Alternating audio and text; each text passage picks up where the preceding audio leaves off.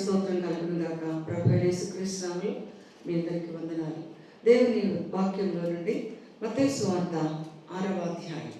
మత్తయి సువార్త 6వ అధ్యాయంలో ప్రభువారు 17వ వచనంలో రహస్యమందు చూచు తండ్రి నీకు ప్రతిఫలం ఇస్తారు. మత్తయి సువార్త 6:18 రహస్యమందు చూచు తండ్రి. ఇది గుర్తుపెట్టుకోండి చాలు. అన్నీ నన్ను ఎవరు చూడట్లేదు అనుకోబాకండి. రహస్యమందు చూచేతండి అంటే ఈ అధ్యాయంలో ఇంకా 2 విషయాలు ఉంటాయి. ధర్మం చేసేటప్పుడు, ప్రార్థన చేసేటప్పుడు అని, ఉపవాసం చేసేటప్పుడు. ఉపవాస ప్రార్థన, దేవునితో సహవాసం. నువ్వు తిన్నావో తినలేదో ఇంట్లో వాళ్ళు చూడకపోవచ్చు. నువ్వు ఎలాగ గడుపుతున్నావో దేవునికి తెలుసు. దేవునికి తెలుసు. అందుకని ఆయన ఏమంటున్నారంటే, రహస్యమందు చూచే తండ్రి నీకు ప్రతిఫలం ఇస్తారు. నీ మూలుగు, నీ ప్రార్థన, నీ కన్నీరు, నీ వేదన, నీ హృదయ వేదన ఆయనకు తెలుసు, ఎవరికి తెలియదు, ప్రక్కనున్న మనిషికి తెలియదు. రహస్యమందు చూచు నీ తండ్రి నీకు ప్రతిఫలం ఇస్తాడు.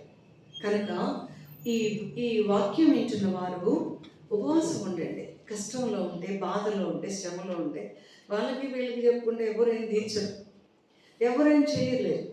ఉపవాసం ఉండి ప్రార్థన చేస్తే రహస్యమందు చూచే తండ్రి నీకు తప్పకుండా ప్రతిఫలం ఇస్తాడు.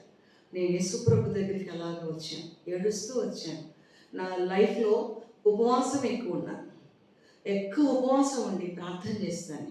కష్టాలు తొలగించాడు, బాధలు తొలగించాడు. ఆయన సన్నిధిలో నిలబెట్టుకున్నారు. ఏదీ కొదువు లేకుండా చేశారు. సింహం పిల్లలైనా లేమి కలిగి ఆకలి కొను యెహోవా యందు భయభక్తులు కలిగిన వారికి ఏ మేలు కొదువు లేదు. ఉపవాసం ఉండి ప్రార్థన చేయండి. దేవుడు తప్పకుండా రహస్యమందు చూచే తండ్రి నీకు తప్పకుండా ప్రతిఫలం ఇస్తాడు. ప్రార్థన చేస్తాను. స్తోత్రం తండ్రి, నీ బిడ్డలని కనికరించండి, కృప చూపించండి, ఆశీర్వదించండి, ప్రతిఫలం దయచేయండి. ఎవ్వరు చూసినా చూడకపోయినా నువ్వు చూసే దేవుడు అయ్యా. ఎక్కడో ఉన్న హాగరుని, అరణ్యంలో ఉన్న హాగరుని మీరు చూశారు. మీరు చూసి తన బిడ్డను బ్రతికించి 12 మంది రాజులను చేశారు.